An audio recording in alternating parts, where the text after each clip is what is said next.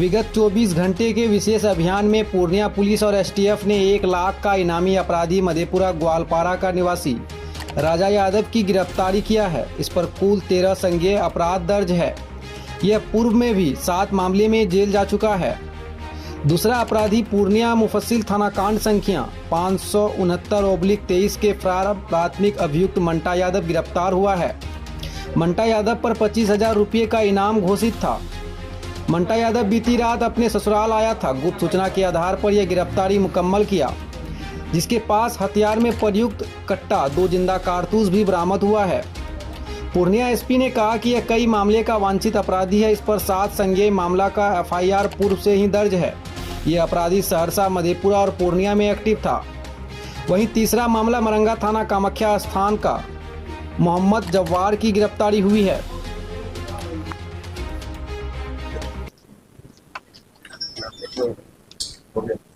जी sir, क्या कल से लेकर आज सुबह तक के में विशेष अभियान चलाया जा रहा था, जिसमें जिला पुलिस बल और एसटीएफ के द्वारा विभिन्न जगहों पर रेड छापामारी की जा रही थी।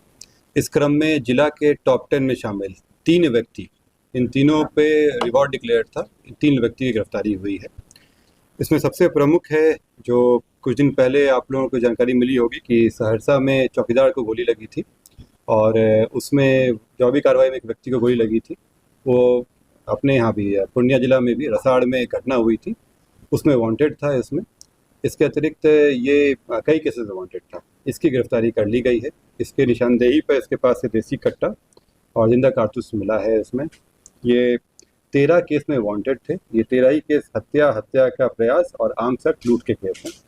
इसके अतिरिक्त 7 केस में ये पूर्व में जेल जा चुका है। इसका नाम है राजा यादव, ग्वालपारा मधेपुरा का रहने वाला है।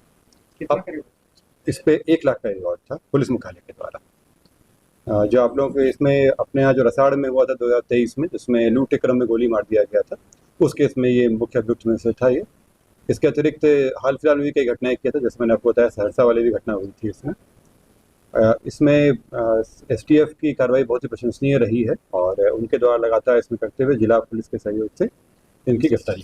कब से फरार था सर? ये इस पे केस 2020 से ही ये कई आपराधिक घटनाओं में शामिल रहा है। जैसे मैंने बताया आपको कि 20 केस का इनका आपराधिक इतिहास है। 13 में ये वांटेड थे। ये रुपौली थाना से गिरफ्तारी। दूसरा मामला है जिसमें एक मंटा यादव है। ये भी जिला के टॉप 10 में शामिल थे। 25,000 का इन पे इनाम घोषित था। ये पूर्व में भी कई हत्या केस में रहे हैं और ये अपने एक और हत्या केस में वांटेड थे। इसमें इनकी गिरफ्तारी हुई है और इनकी निशानदेही पर जो हत्या में इस्तेमाल किया हुआ देसी कट्टा था, कारतूस था, वो बरामद किया गया है। ये अपने घर के पास ज़मीन में रखे हुए थे। ये 2003 से ही अपराध के क्षेत्र में एक्टिव थे और हत्या और डकैती के कई केसेस इनके ऊपर हैं।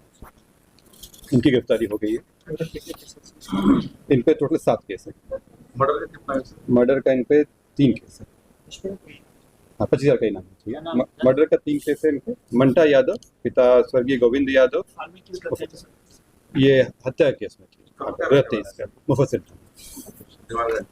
इनकी गिरफ्तारी श्रीनगर से हुई। भाई के हत्या उसी में वांटेड था। और तीसरा मामला है जो कामाख्या स्थान में कुछ दिन पहले एक घटना हुई थी, जिसमें लूटने का काम चल रहा था और भागने में एक व्यक्ति को गोली मारी गई थी, जिनकी उसमें मृत्यु हो गई थी। उसमें एक व्यक्ति बचे हुए थे, मोहम्मद जब्बार करके। ये पूर्व में भी कई तरह के चोरी और लूट के केस में रह चुके हैं। आमतक में भी जेल जा चुके हैं। इनकी भी गिरफ्तारी हो गई है। ये भी टॉप 10 में शामिल थे। इन पर 25,000 का रिवॉर्ड घोषित था। ये 3 गिरफ्तार। इसमें कई चीज़ें हैं। ये तो कई जगह पे एक्टिव था। ये कई घटनाएं कर चुका है। सहरसा, मधेपुरा और पूर्णिया में 3 जिलों में काफ़ी एक्टिव था ये, खास करके सहरसा और मधेपुरा में। और कई घटनाओं में शामिल होने की बात बताया है। ये अभी इसको भेजा जा रहा है। बाकी हम लोग रिमांड लेके सिर्फ पूछताछ करेंगे। आपको ये जानकारी देते हैं कि जो चौकीदार वाले में जो गोली चली थी, उसमें इसको भी गोली लगी थी। कान के पास में गोली लगी है इसको, और ये कहीं इलाज कराया था। उसकी हम लोग जानकारी इकट्ठा कर रहे हैं। हाँ, क्या हुआ? 2023 की बात है। मंटा यादव का जो हत्या केस है वो 2023 का है, जून में। मंटा यादव की गिरफ्तारी श्रीनगर गया थे। चौकीदार का क्या नाम? ये महात्मा नाम।